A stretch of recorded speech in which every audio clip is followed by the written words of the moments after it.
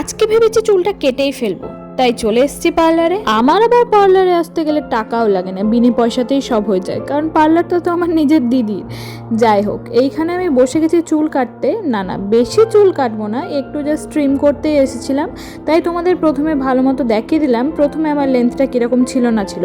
আসল কথা হলো ও যাতে আমার বেশি চুলটা না কেটে ফেলতে পারে, তাই জন্য আগের ভিডিও ক্লিপটা নিয়ে রেখেছি। দেখো, ও ভালো মতোই জানে আমার চুলে কি কাট শুট করবে না করবে, কিন্তু তাও আমাকে তো বিরক্ত করতেই হয়। ও যবে থেকে এই কাজগুলো করতে শিখেছে তবে থেকে আমি ওর কাছে ছাড়া তো অন্য কারোর কাছে যাই না চুল টুল কাটতে। প্রথম কথা, অন্য কারোর কাছে যেতে গেলে টাকা লাগবে, আর দ্বিতীয় কথা, আমার তো মনে হয় না দিদির থেকে ভালো আমার কেউ চুল কাটতে পারবে।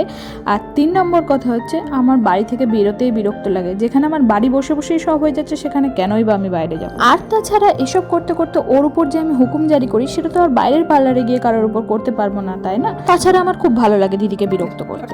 আলতু ফালতু টপিকে কথা বলতে বলতে আমাদের চুল কাটা এখানেই প্রায় শেষের পথে।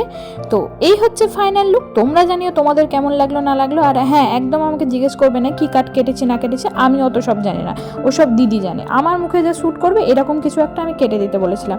যাই হোক, আজকের ভিডিওটা এইটুকুই। আজকের মতো এখানেই, টাটা।